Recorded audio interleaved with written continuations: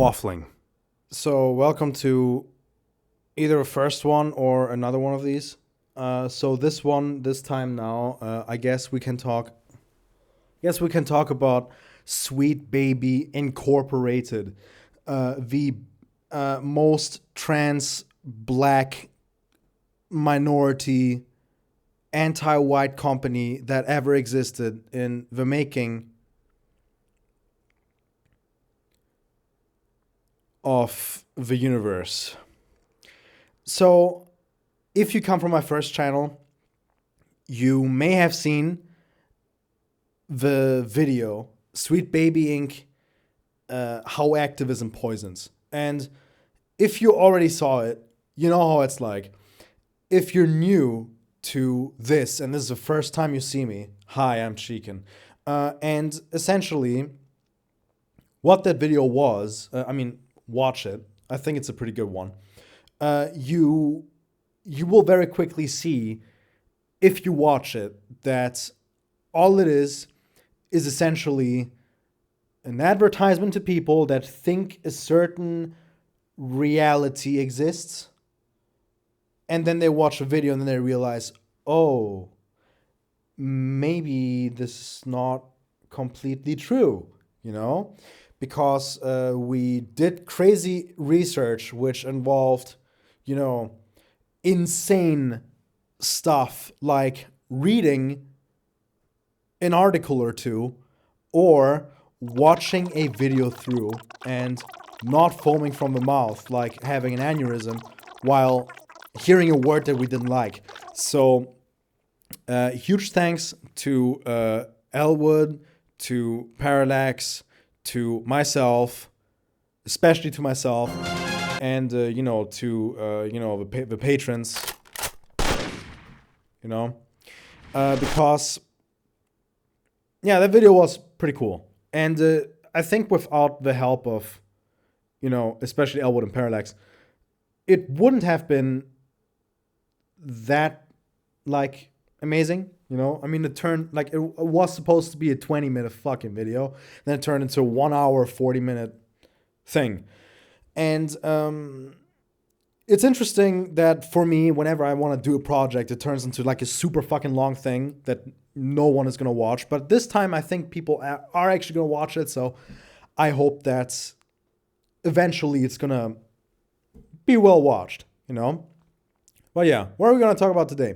So I'm currently writing an article about Sweet Baby Incorporated, How Activism Poisons. So it's an article about the video, and it's going to be a further reading article. And I just can't contain myself. I need to talk about what I want to write a little bit, because some of this stuff is ridiculous, especially when it pertains to the annoying World of Warcraft developer Grums, who may as well be a developer, but what he is basically just a turbo grifter on Twitter, just yapping. And I'm gonna say yapping because I think he's American. I don't fucking know. But he yaps his mouth about some random bullshit and basically does the whole culture war cringe rightoid stuff. Okay? I understand it's fun. I was like this too, okay? They're turning all our women gay, and they turn our boys into trans women, and they're woke, so they have to be broke because they ruined my fucking game. I cannot fucking play my game when they ruined my game. And you know what I mean. So basically, that Grums guy, okay, on Twitter, he says the most fucking insane shit sometimes.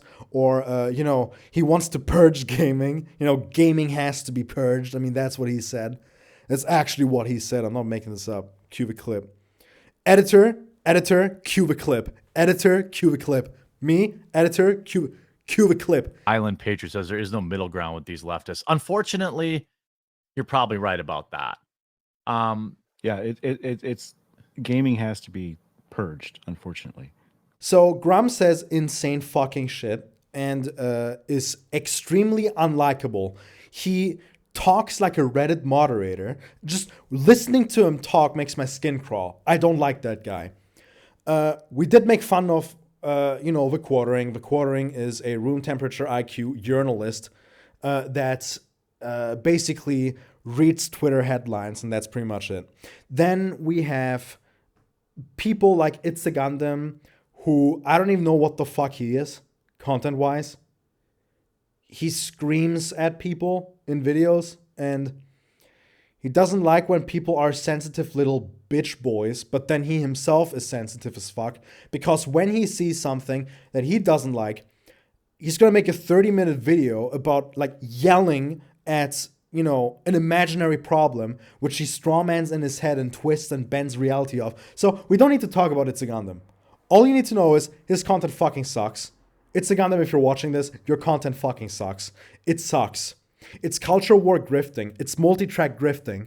And all it is bitching at problems that may as well not exist. I haven't been following the culture war game shit for years. I'm out of this. I'm completely out of this. This SBI shit is my reintroduction into it. You guys do not need this. If you let your life be dictated by people that are telling you that XYZ is woke, shit, gay, whatever, you're not forming your own opinions, and you just accept someone else's don't accept my fucking take for anything. Go watch It's a Gundam's videos, okay? Watch one of his videos. Come back, tell me, is it good? I don't know. I don't think it's good. But go ahead, watch it. Watch one of his videos. Check it out. Maybe you will like it. I don't think it's good, but anyways, check it out. See if it's for you, okay? Coming back into this stuff, looking at how people schizophrenically talk at each other. They're even not talking with each other. They're talking at each other. Oh, you alt-right fucking pig, idiot. You are a woke person. You're just making our games shit. There's no actual discussion.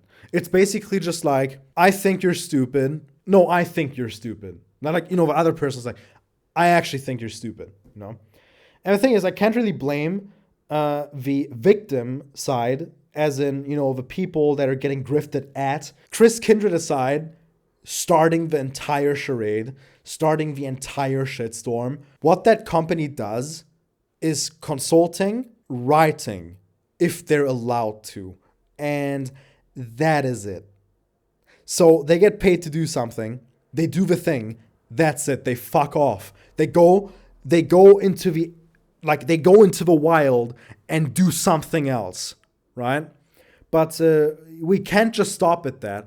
We have to make it into some weird ass fucking conspiracy, and that's pretty much it. I mean, yeah. What can one say? The discussion around the subject is extremely tiring. It makes you more stupider. Okay, it's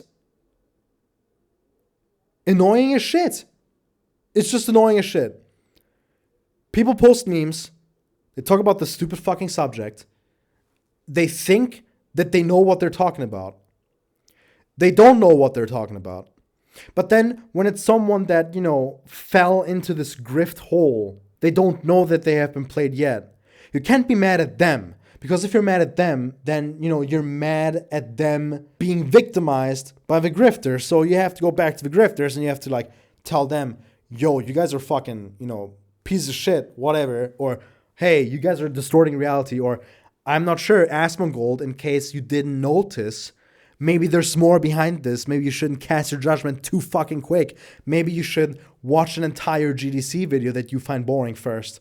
And then you can, make your little gamer speeches about, the West falling or something. As Elwood said in one of the comments, comments in the comment section or something, procure a brain. But anyways, we're not talking about It's a Gundam. We're talking about Grums. Then we're talking about Kabrutus. We're talking about some of his videos because they are really fucking funny and not helpful and stupid, if I can say it like that. And I don't mean to be super insulting to Kabrutus because he seems like a nice guy. However, he just really has no fucking idea what he's talking about.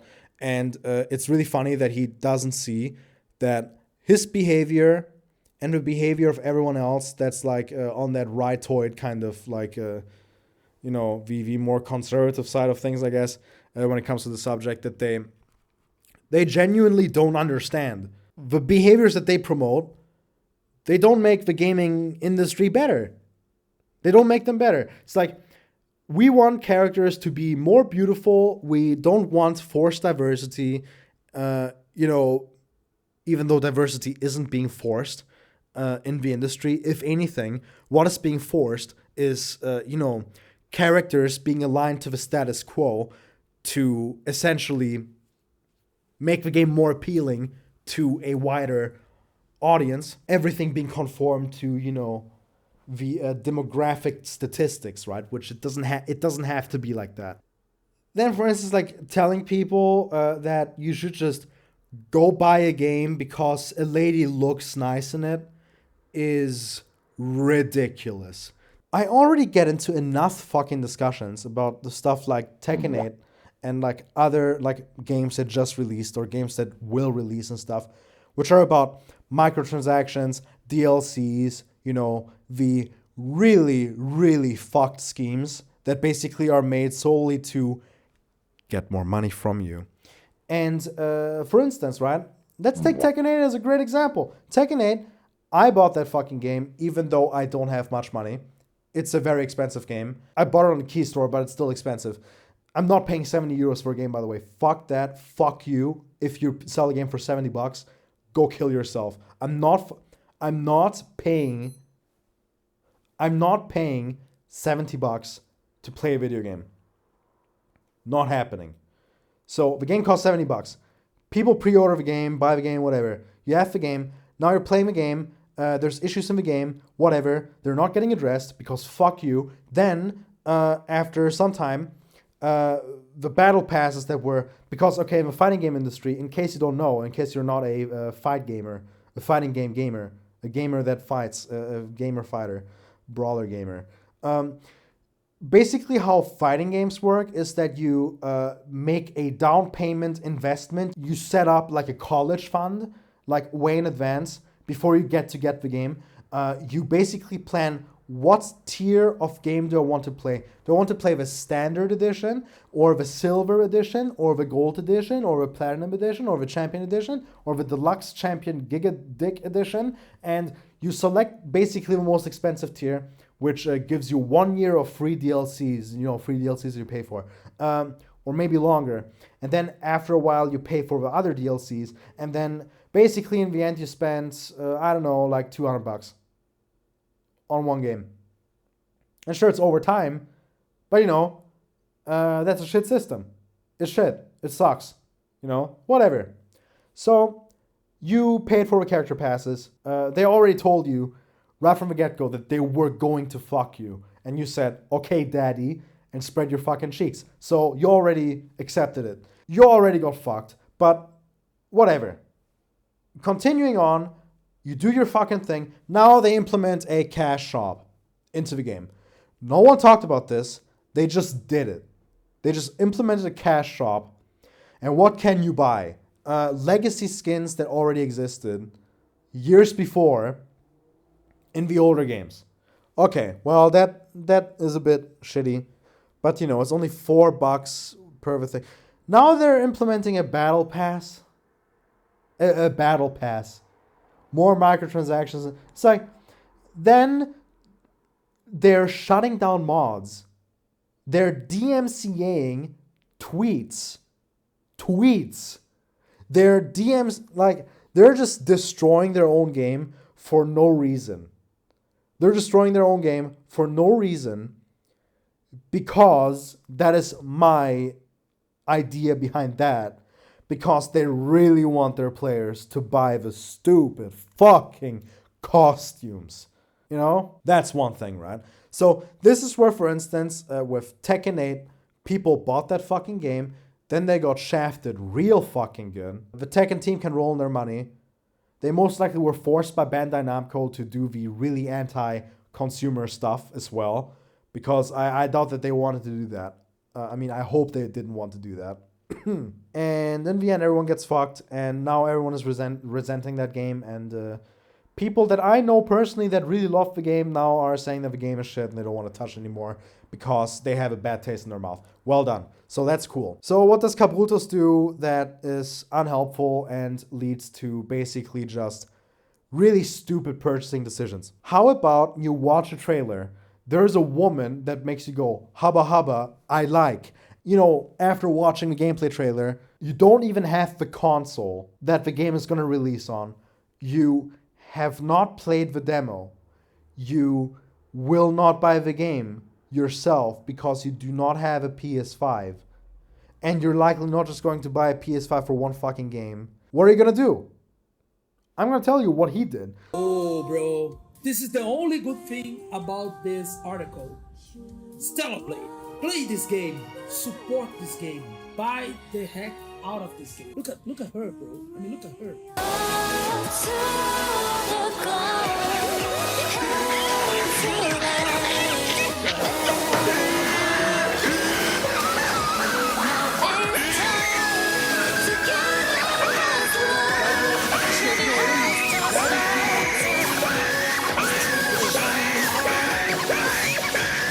So what he did was he made an anime music video where, you know, he is seeing like a screenshot from the Snapchat filter, like the walking Snapchat filter, you know. That chick like walks through the game. Okay, look, this is the animation. So, like that chick like basically has like, you know, she has a Jeffrey Dahmer just like that. No facial animations whatsoever. There's other animations like, you know, in the demo, you know, where like a chick like gets you out of the like crash pod thing. She looks you dead in the eye like this. And then when she talks, she has the same facial expressions. The only thing that moves is her mouth like this. And then she's like, "Give me your hand. Give me your hand.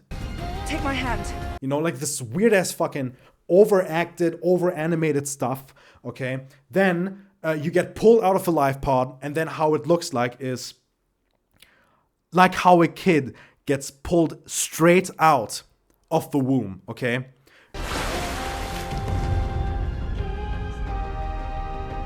Juices everywhere, bodily fluids everywhere, just, oh, you know? And then when she gets like, you know, pulled out, you know, and, you know, like the viewer watching this already is doing the Dark Souls hit animations, like the Dark Souls hit sounds, you know, the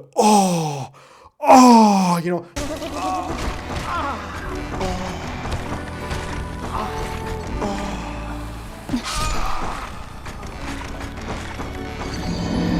Like you see a really pretty lady getting pulled out, and you know you see like her like ass and stuff. And then the best thing is, okay, she does the Instagram pose. Like she does the Instagram woman selfie. You know what that is? It's when a woman like contorts herself to show her ass and to show her tits at the same time. So she twists herself, corkscrew, like this. Let me check if it's still rolling. She corkscrews like this, right, to show her ass and her tits at the same time, you know, to really display all the goods. And it looks stupid. It looks really fucking stupid. And that's what she does when she gets pulled out of a pod. You know, she's like doing the, you know. The viewer goes, oh! And then there's an explosion in the sky, which explodes with fire, which reflects off her ass and her tits and stuff. It's like, my point is not, you shouldn't do that. My point is not, you know, oh, stop objectifying women and stuff. Ooh, you're not treating her right. Yeah.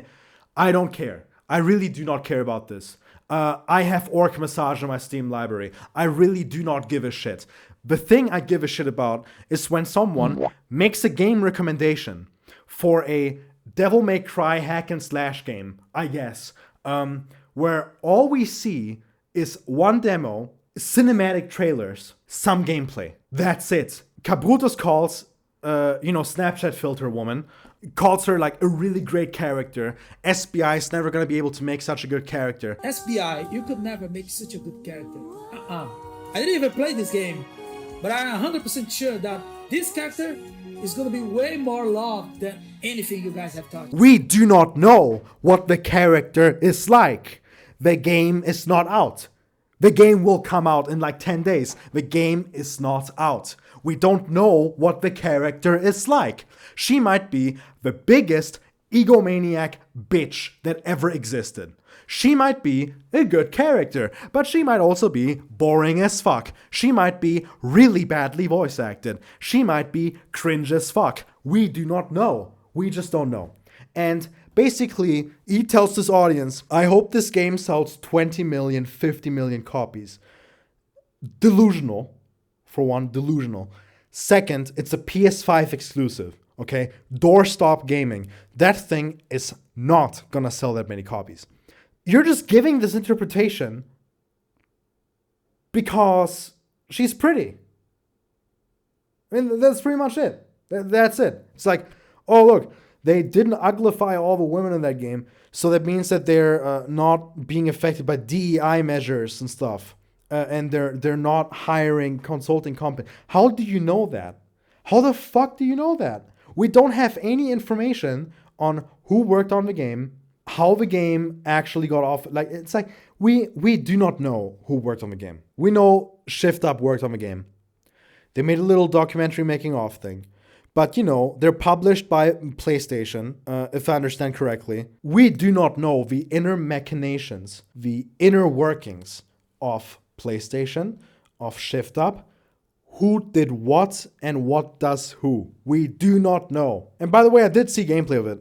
It seems pretty fun for, like, I guess Nier Automata fans. But for instance, right, like, I'm someone, I mean, I appreciate, like, you know, pretty people and stuff, you know. But, man, that fucking game really puts an emphasis on Mrs. Eve Online's ass. Really. It's like all the fucking flips, all the fucking, you know, like camera shots. There's a cringe-ass scene where she is going up a rope into a, trailer. I don't know what the fuck it is. Into a train thing, into a train wagon. She is basically Nathan Draking herself up. And I have a game also has climbing mechanics, you know, like whatever. She is Nathan Draking herself up into the train. And then the train starts to shake and then like falls down and stuff. And then there is a camera pan from like the bottom up. It like goes past her figure, you know, like she's like hanging off like with her ass. Wait. She's hanging off with her ass like this, like, you know, like she's hanging like this, right? She's hanging like this. And then the camera, it starts where my feet are, like it starts here, right? It goes up my leg. It goes past the ass. It goes past here. You see a little bit of a side boob, you know? And then it goes up and stuff. And then she's like, oh, damn, that was fucking crazy, man. That was fucking crazy. I'm just imagining an entire meeting around this cutscene where, you know, someone at the fucking studio walks in, maybe Todd Howard or something, you know, like Todd Howard, like pitching his idea for Fallout 4, you know. Hey guys, I have a perfect idea. So Fallout 3, you get, you know, pushed out of the womb in the very beginning of the game. And you know, you, like your father leaves to buy cigarettes and you're like, what the fuck? And then you go out and find your father. I mean, isn't that cool? But, you know, Fallout 4, what if your son gets taken to go buy cigarettes? And then you're like, what the fuck? And then you go and you find your son is your father and your son is the enemy in Fallout 4. So that's pretty cool. But now I have a really good idea for this cutscene. So... Miss Playboy walks to a train that's like hanging, like dangling, hanging off. There's a rope. She grabs the rope like this, and then goes up. She like slides up the rope and stuff. And then a camera crane is configured to perfectly swoosh past her ass and titties from the back to display the goods. It's like, it's genius. Like, they must have had a meeting about this. They must have all like sat together and talked about and this is not even a problem. I'm just having fun with this. I think the game looks ridiculous, but I would play it. It seems like a fun game, But the fact of the matter is, I mean, it's a game that we can basically judge on a few merits so far. One, it looks like the women are pretty. Two, the combat, I guess, is fun. It looks like it. Three, the setting looks interesting. There's also negative points like the PS3 ass level design sometimes, where things like a big ass tree or very low polygon for a PS5 game, or foliage you walk through doesn't really interact with you. Like, it has like a little displacement animation, but then there's nothing really amazing happening, and you would expect a little bit more from a PS5 game. But it's like it's fine. It's fine. It's just, it's not enough to say this is gonna be the best fucking thing ever. It's like when, a trailer for Breaking Bad comes up, okay? Let's assume Stellar Blade is gonna be a 10 out of 10 game, okay? Like, it's like you heard of Breaking Bad. It's coming out. You're about to watch the first episode. All you know is that Bryan Cranston before was the idiot dad from Malcolm in the Middle. That's all you know. Now, Bryan Cranston is supposed to be this guy that cooks meth and is like a criminal and, is like a badass. Back then, when you get into the first episode, you may be just a little bit skeptical. You may just be a little tiny bit skeptical. Like, I don't know. I think this is going to be really fucking weird. I don't think this is going to be good. Maybe this is going to be really fucking cringe. You keep watching and then actually it's good. You're forming your opinion. Now it's good. Okay, I understand why it's good. Okay, that is good. That's it. So it works like that, And Kabrutus basically saying, buy this game, that bitch is hot. It's not what the SBI, the tech people, advocate for, because they always talk about, game journalists being assholes and like stupid and misinformed, and they just want to bend their like games into like shape into what they want, and they mislead people and stuff like that. And then it's like, well, now you're telling people to just buy a game because a woman looks pretty. You're simping, bro.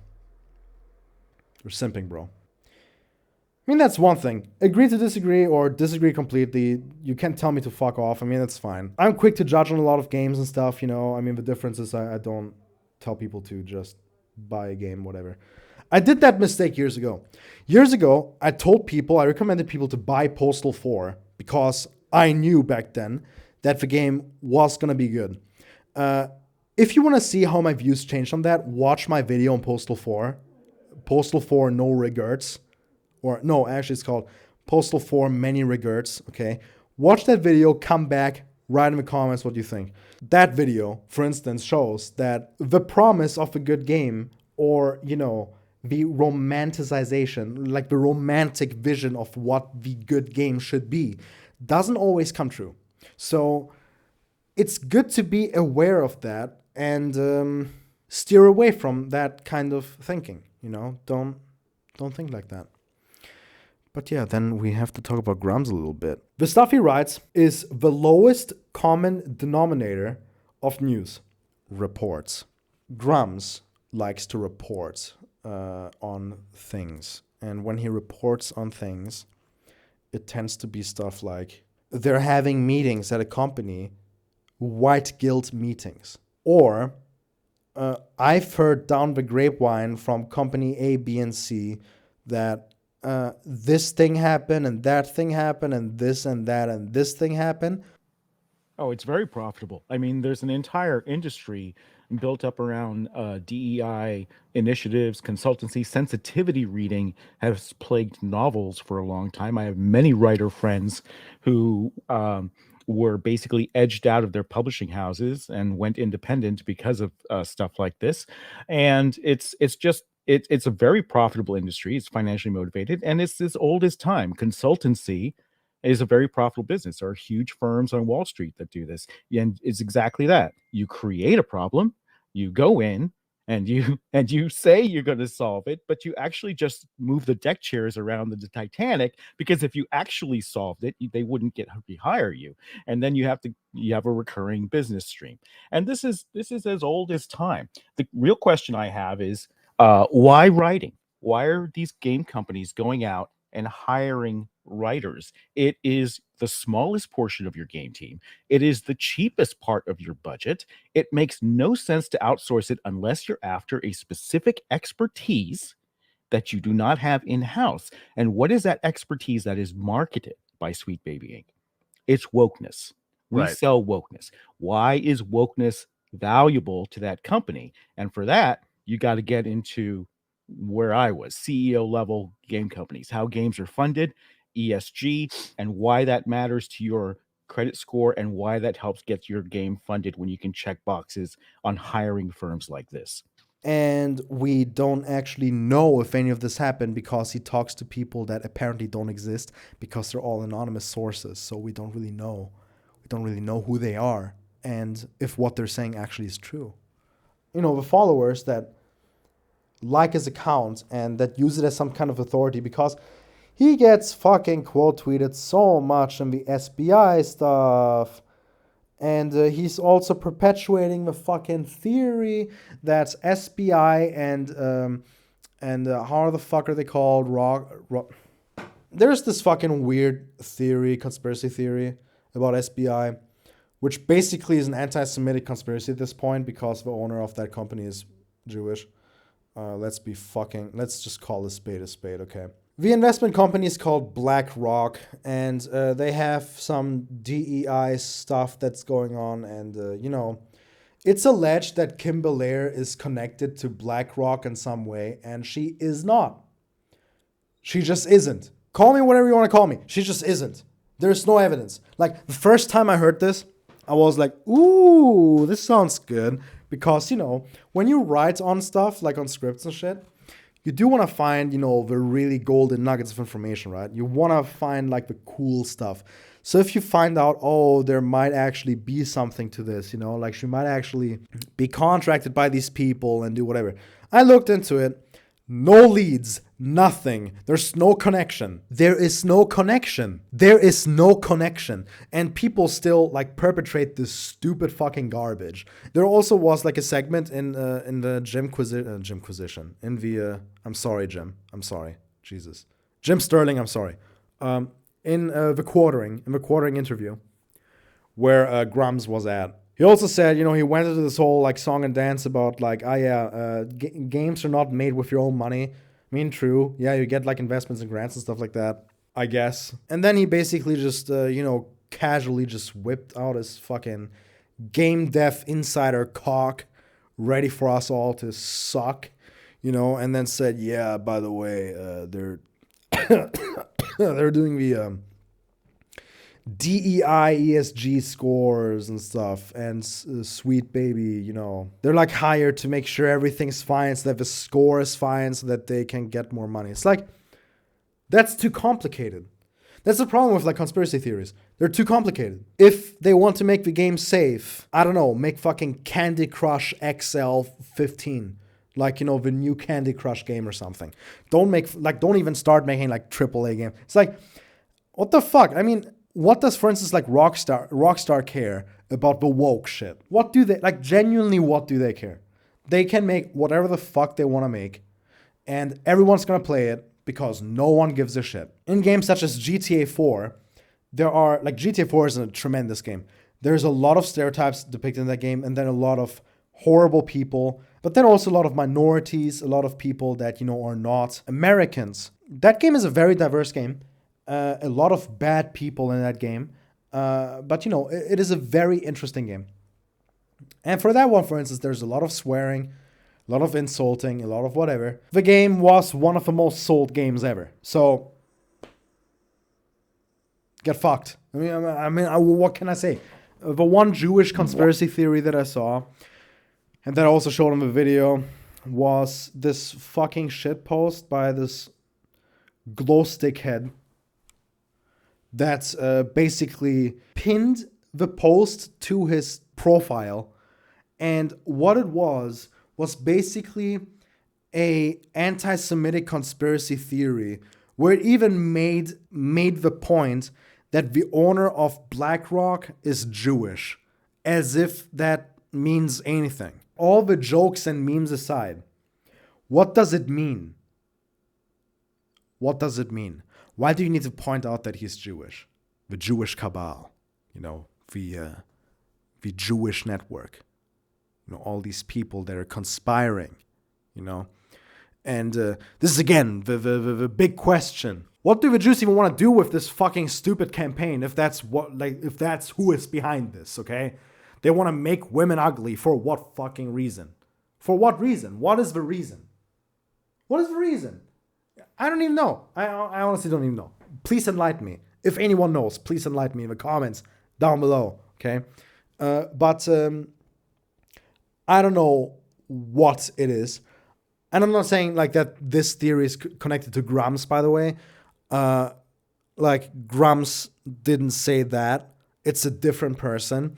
But, what Grumps did was he was also perpetuating this thing of like, they're like enshittifying their games and making them like, making the women trans and stuff because, of the ESG scores. And then when they have a really good ESG score, then they get a lot of fucking money, blah, blah, blah, blah, blah. Just money. Like you pointed out, different regions will offer tax credits. And these things come with strings attached, all right? Right. Political strings attached.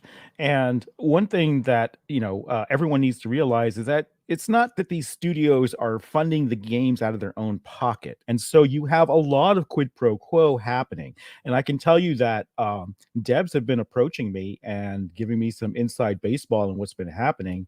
And there are funding deals out there for studios, and I can't get too specific. I don't want to out my sources, that have certain strings attached. Like a company will suddenly sign with a developer, and now that developer needs to hire a DEI director and needs to go out and hire consultancy firms to gender balance their staff, or quite specifically, go out and hire companies like SBI to consult on their writing and do sensitivity reading and changes for that. And what does all this do? It boosts their ESG score. It allows them access to that funding. So ESG is not going away entirely. It's become an evil brand. People are waking up to this. The money isn't as cheap as it was before because interest rates are up everywhere. This is why you look at how could a studio agree to do this? How could they do something that's so financially devastating to their games? And it's because they're kind of in this situation where that's the money they can get. And so, you have this self-perpetuating machine, and I don't think, and that's why it's kind of a death spiral that I don't think you can really escape. The only way you can escape it is to make a good game. And if you're already reliant on ESG and you're already reliant on these other fundings because your games are too damn expensive to make, you're trapped. That is pretty much it. That dude, like, aside from the stuff that he says being either completely unverifiable or absolutely fucking insane or nonsensical or weird. It's like, aside from these factors, he's just fucking obnoxious. He's obnoxious as shit. I don't even want to listen to him. He could be right about fucking anything. The way he presents himself is infuriating. It's actually fucking infuriating. But, whatever. That's beside the point. Someone can be infuriating and can still be right, So if he's right about something, I'm going to give him credit for it. The thing is, though, he says some insane fucking shit. He gives reports on insane fucking shit. And what I would like him to do is do the whole Steven Crowder meme of like getting the hidden camera, going to some fucking game studio, and then record like hidden camera style how someone is berating like a white person in the studio for not being black enough, okay? Go and do that. Give us the scoop. Give us the scoop. I want to see it. I want to see it. Because I don't believe it. I don't believe, based on anonymous reports, that people are having guilt sessions in a company now. That is insane. That is insane. But dude, I'm having, friends who used to work there, not there anymore. They have struggle sessions now where you have to admit your white privilege. evidence wasn't provided. So I can just cast these things away. Unlike when it comes to things such as, hey, Kim Belair, she started a cancel campaign against Kabrutus Rambo, and you won. Kim Belair has launched another cancel campaign against Kabrutus Rambo. That Park Place, bro, that Park Place is horrible. That website, Jesus fucking Christ. I have read multiple articles from the glowstick head.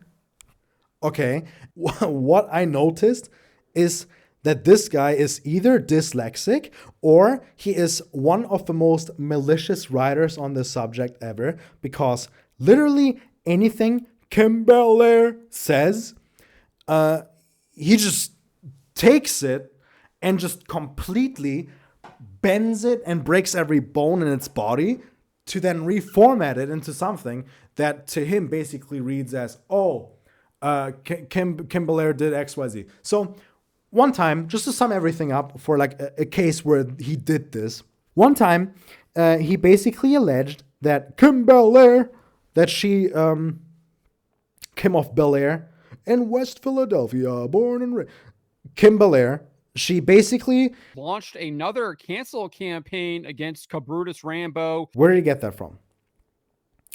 I got that, like, he got that from a game developer article where Kim Belair was interviewed by some guy.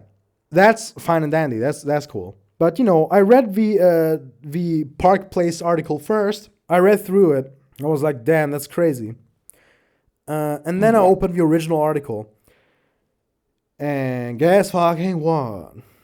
It was misinterpreted.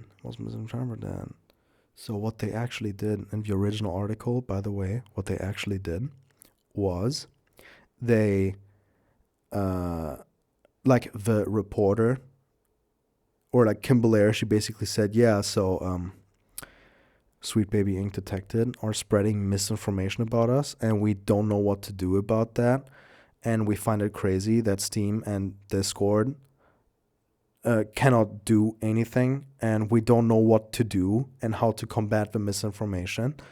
And then the guy that wrote the article, not Kim Belair, the guy that wrote the article was like, this is fucking crazy. Maybe there should be some kind of system in place. Maybe there should be something in place where, this doesn't happen. So essentially, what happened was Kim Belair was being asked questions by the reporter guy. She gave her frank answers, which was a big fucking mistake, giving honest answers nowadays. She gave her honest answers. The conclusion to that was that she didn't actually start a new cancel campaign. What she did was give her answers, and then, the guy that wrote the article, he added his own conclusion and thoughts on the topic, and said, "Damn, that's crazy. Why don't they do anything?" And then, the glow stick head basically was like, "Yeah, you know what? I'm just gonna take this article. I'm gonna misinterpret this on purpose, or I'm dyslexic. I don't know. Maybe he is dyslexic. Okay, I don't fucking know. But like, he reads the article, he bends basically every bone, every word of that article to fit his own narrative. Then he publishes that garbage ass fucking article, which is inaccurate, malicious, straight up malicious. And then what happens then? Then other people just pick it up and they run with it. And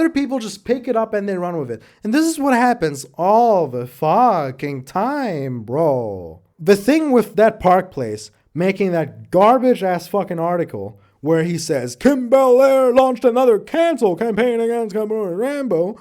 Okay, that article, that was just wrong. He completely raped the original article. It's not the same meaning. He fucked it. He didn't make love to it, he fucked it. Then other people watched the video of the guy promoting his website and his articles on their website. And they just watch that video and then they say, damn, that's crazy though, you know? And then they just ran with that story. No one bothered to read the original article. Everyone thinks that Kim Belair actually started a new cancel campaign. Well, that's not true. And Kabrutus did that too. Not with that specific thing, as far as I understand, as far as I know. But remember the whole like the BBC wants to purge gaming thing?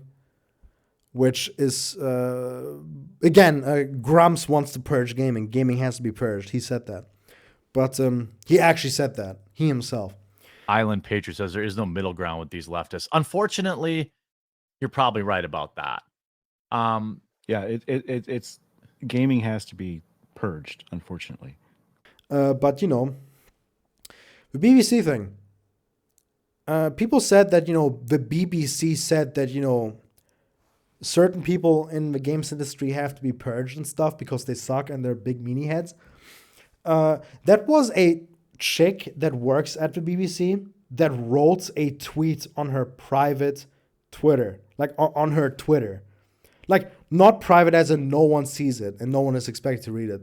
Private as in it's her private account. She wrote a hot take. People took that and shifted it into the BBC officially said XYZ.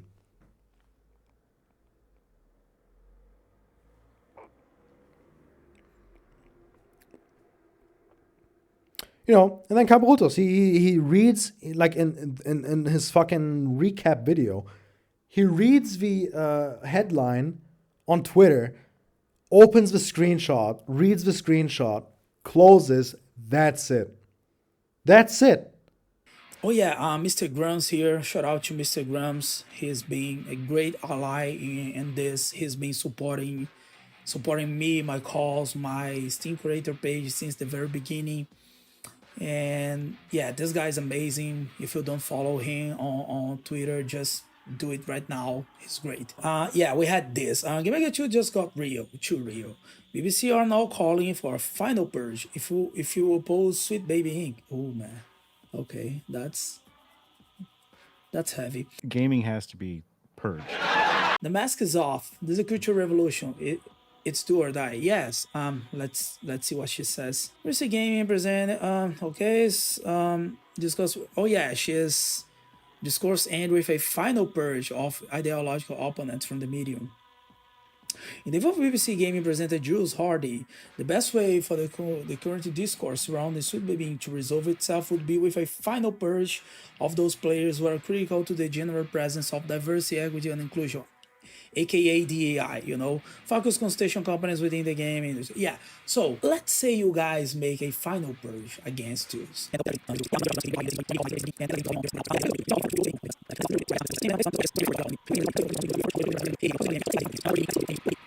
Yeah, maybe we need to purge people like this girl from the gaming industry, you know, this Jules Hardy, because she's a real fascist. She is the fascist. You know, maybe we should purge real fascists from the gaming industry.